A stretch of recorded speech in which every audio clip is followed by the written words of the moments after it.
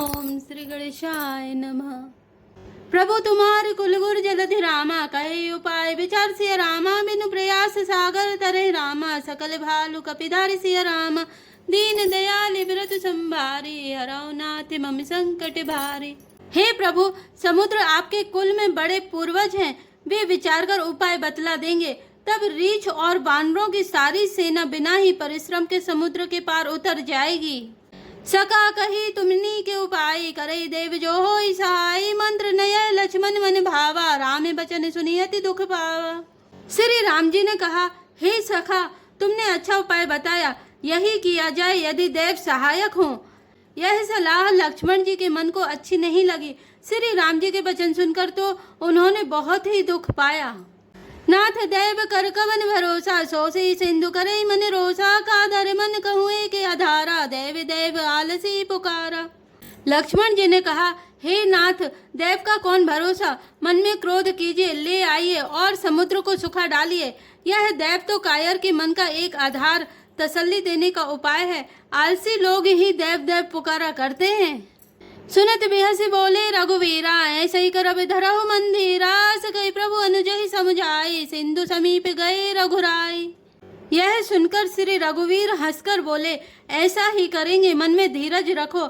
ऐसा कहकर छोटे भाई को समझाकर प्रभु श्री रघुनाथ जी समुद्र के समीप गए। प्रथम प्रणाम कीन सिरुनाई, बैठे पुनि तट दर्व डसाई, जब विभीषण प्रभु पही आए, पाछे रावण दूत पठाए। उन्होंने पहले सिर नवाकर प्रणाम किया, फिर किनारे पर कुश बिछाकर बैठ गए। इधर ज्यों ही विभीषण जी प्रभु के पास आए थे, त्यों ही रावण ने उनके पीछे दूत भेजे थे। सकल चरित तिन्हि देखे रामा, डरे कपट कपि देह सिया रामा, प्रभु गुण हृदय सराहि रामा, शरणागत परिनेह सिया रामा, दीन दयाल विरत संभारे, हरौ नाथ मम संकट भारी। कपट से वानर का शरीर धारण कर उन्होंने सब लीलाएं देखी। वे अपने हृदय में प्रभु के गुणों की और शरणागत पर उनके स्नेह की सराहना करने लगे। प्रकट बखान राम सुभाऊ, अतिश प्रेम गावि सुरि दुराऊ, रिपुगे दूत कपिन तब जाने, सकल बांधि कपीस पही आने। फिर वे प्रकट रूप में भी अत्यंत प्रेम के साथ श्री राम जी के स्वभाव की बड़ाई करने लगे। उन्हें दुराव कपट वेश भूल गया। तब वानरों ने जाना कि ये शत्रु के दूत हैं और वे उन सबको बांधकर सुग्रीव के पास ले आए। कह सुग्रीव सुनाओ सब बानर, अंग भंग करी पठवाओ निश्चर, सुनी सुग्रीव वचन कपिधाए, बांधी कटक चहु पासे फिराए।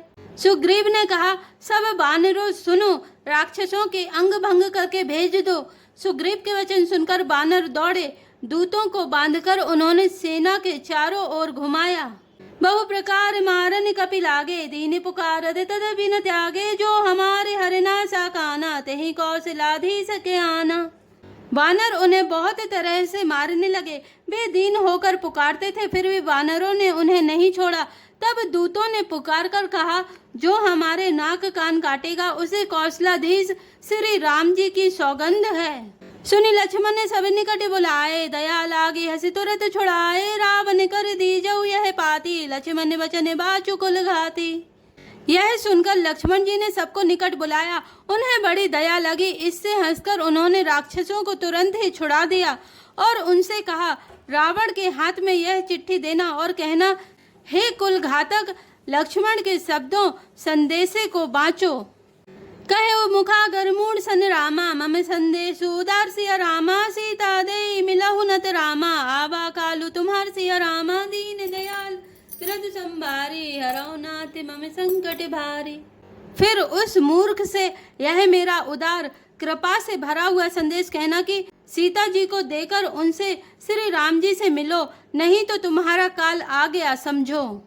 तुरत नाय लक्ष्मण पद माथा, चले दूत बरनत गुण गाथा, कहते राम जसु लंका आए, रावण चरण शीस तिन नाय। लक्ष्मण जी के चरणों में मस्तक नवाकर श्री राम जी के गुणों की कथा वर्णन करते हुए दूत तुरंत ही चल दिए। श्री राम जी का यश कहते हुए वे लंका में आए और उन्होंने रावण के चरणों में सिर नवाया। बिहसी दशानन पूछे बाता, कैसी न सुख आपनी कुशलाता, पुनि कहो खबर विभीषण केरी, जाहि मृत्यु आई अति नेरी। दशमुख रावण ने हंसकर बात पूछी, अरे शुक, अपनी कुशल क्यों नहीं कहता। फिर उस विभीषण का समाचार सुना मृत्यु जिसके अत्यंत निकट आ गई है। करत राज लंका सट त्यागी, हो यही जब कर कीटे अभागी, पुनि कहु भालु कीस कटकाई, कठिन काल प्रेरित चली आई।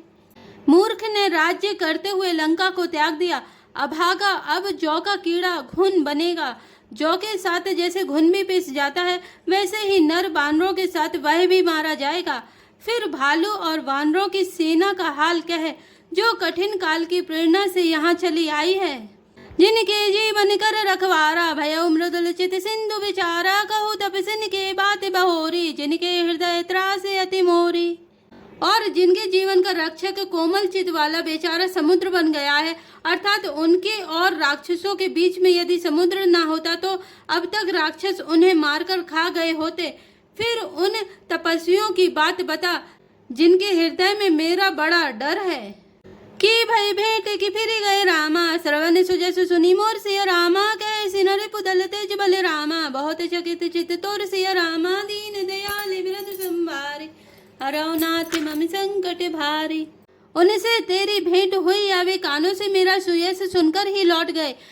शत्रु सेना का तेज और बल बताता क्यों नहीं, तेरा चित्त बहुत ही चकित भौचक्का सा हो रहा है। नाथ कृपा करी पूछे जैसे, मानव कहा क्रोध तजित ऐसे, मिला जाए जब अनुज तुम्हारा, जाते ही राम तिलकते ही सारा।